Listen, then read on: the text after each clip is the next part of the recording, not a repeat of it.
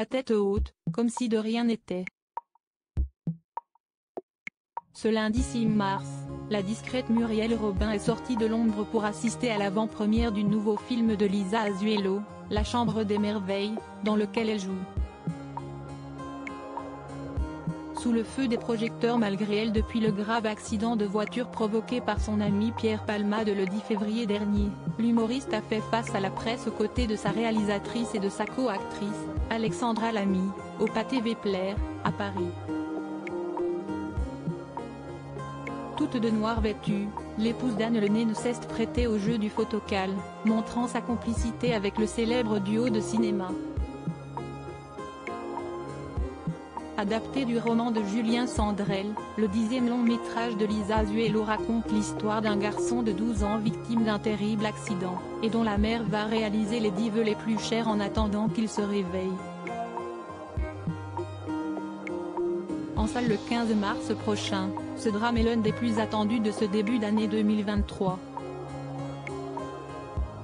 Soutenue par sa femme dans les coulisses de cette grande soirée, Muriel Robin n'a fait aucun commentaire sur l'affaire Palmade malgré les nombreuses spéculations circulant au sujet de sa relation tendue avec le comédien de 54 ans, dont la détention provisoire a été levée pour raison de santé.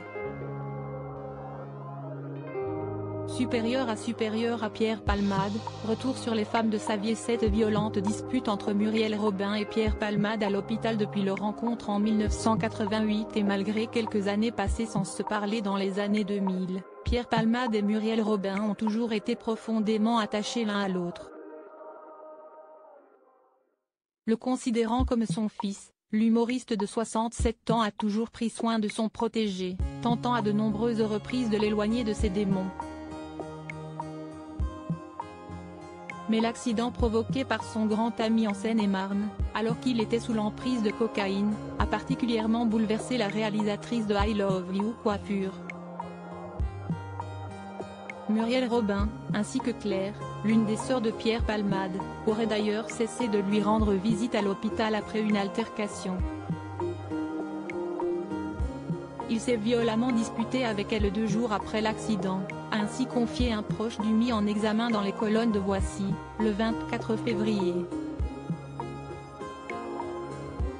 Très en colère contre son ex-acolyte de scène, l'actrice l'aurait notamment traité d'assassin, a indiqué cette même source à nos confrères.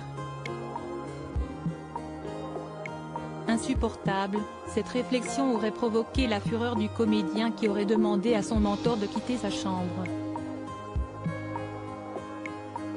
Ils ne se sont plus revus, avait alors précisé l'informateur au magazine. Crédit photo, Marc Ossel-Lacroix.